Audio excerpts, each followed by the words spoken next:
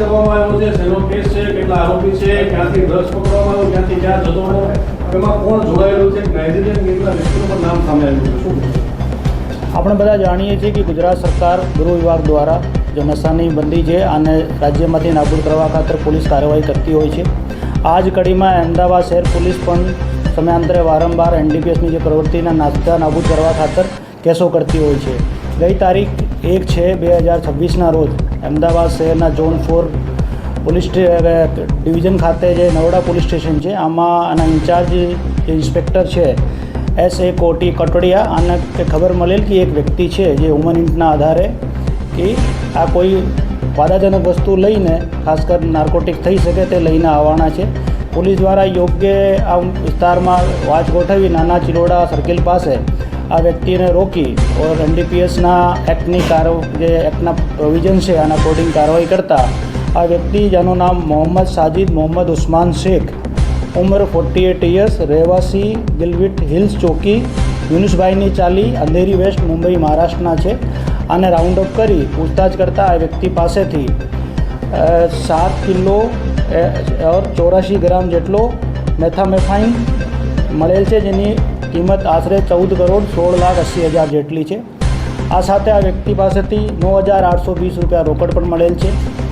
પ્રાથમિક પૂછતાછમાં આ સિદ્ધ થયેલ છે આ વ્યક્તિએ આજે એનડીપીએસનો મુદ્દામાલ છે આ જયપુર ખાતેથી લઈને આવેલ છે અને લઈને મહારાષ્ટ્ર જવાના હતા. આ ભાઈએ મહારાષ્ટ્રમાં ક્યુબેન નામના એક નાઇજીરિયન છે આના સંપર્કમાં હતા. આ ક્યુબેન નામના જે નાઇજીરિયન છે આ દ્વારા આને કેરિયર તરીકે યુઝ કરવા ખાતર એડવાન્સ 10,000 રૂપિયા આપવામાં આવેલ અને કીધું કે ભાઈ તમારે રાજસ્થાનમાં જે આની કેપિટલ છે જયપુર, આના બસ સ્ટેન્ડ પાસે તમને એક વ્યક્તિ મળશે, તમને એક પાર્સલ આપશે, તે પાર્સલ લઈને તમારે પરત મહારાષ્ટ્ર આવવાનું છે.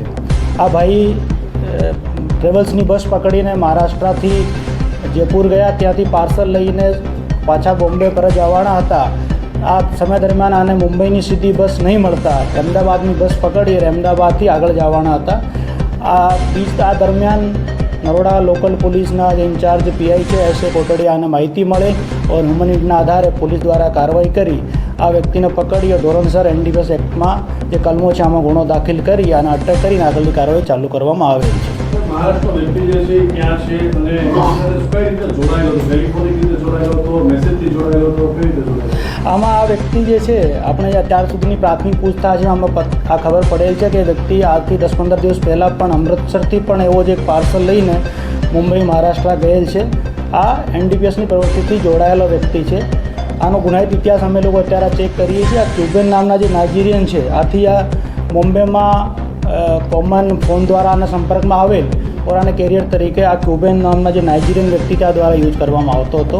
પોલીસ દ્વારા આમાં અત્યાર સુધીમાં 3 આરોપી આઈડેન્ટિફાઈ કરવાનો પ્રયાસ થયેલો છે. આમાં મૂળ આરોપીને અત્યારે અટક કરવામાં આવેલ છે. આ સાથે ક્યુબેન નામના એક નાઇજીરિયન વ્યક્તિ, આ વ્યક્તિ જેને આને જયપુરમાં પાર્સલ આપ્યો છે આને પણ આરોપી તરીકે આ ગુનામાં લેવામાં આવે છે. આવા કેટલા કેરિયર થતા છે કે છે કે બીજા લોકો પણ અન્ય રાજ્યોની અંદર ફરી રહ્યા છે? અત્યારે આ વ્યક્તિને અટક કરીને ડિટેલ ઇન્ટરોગેશન અત્યારે ચાલુ છે. વધારે માહિતી મળશે તો આપ તમામને માહિતીગાર કરવામાં આવશે. ખબર ના પડે એના માટે કઈ રીતે વાપરતો હતો? બિસ્કિટના પેકેટ હતા, કઈ રીતે આ જે પાર્સલ છે તે લાવતો? આના એક કેરી બેગ હતો. કેરી બેગના અંદર આ બંધ કરીને પાર્સલ તરીકે રાખેલા હતા. આ કેરી બેગ ખોલીને જ્યારે ચેક કરવામાં આવેલ છે, આપણે હેન્ડબેગ આપણે કેરી કરતા હોય આમાં પાર્સલ મળે છે. સર, આ સ્થાનિક પોલીસ દ્વારા પેલો કેસ કદાચ માની શકાય? એટલા મોટા ક્વોન્ટિટીમાં કોઈને એનડીપીએસનો મુદ્દામાલ પકડ્યો એ કદાચ પહેલો કેસ અમદાવાદ શહેરમાં છે. ભૂતકાળમાં ક્રાઇમ બ્રાન્ચ ઓર એસઓજી દ્વારા કેસો કરવામાં આવતા હતા. અને ગુજરાત એટીએસ દ્વારા પણ સમયાંતરે મોટા કેસો કરવામાં આવે છે. લેકિન લોકલ પોલીસના લોકલ સ્તરે એટલો મોટો કેસ કરવામાં આવેલ છે. બહુ સારી કામગીરી છે.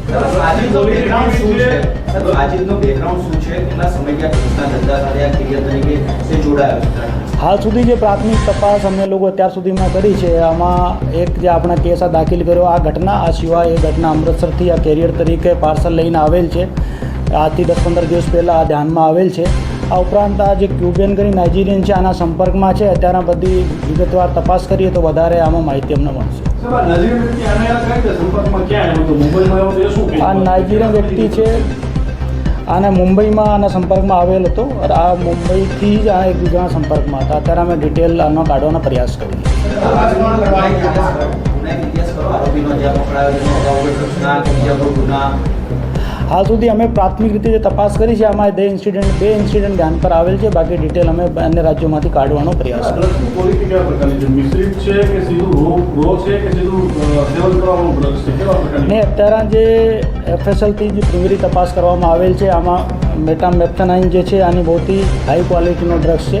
આ કારણે આની ક્વોલિટીનો નર્વસ સિસ્ટમ પર બહુ વધારે ઇમ્પેક્ટ થાય છે. સર, તપાસ આપણી પાસે રાખીશું કે અહીંયા એજન્સીને આપીશું? કોણ તપાસ કરશે આ સમુદ્રમાં? અને હાલના તબક્કે આ તપાસ જે છે લોકલ પોલીસ પાસે છે. ઓકે. દિલ્હી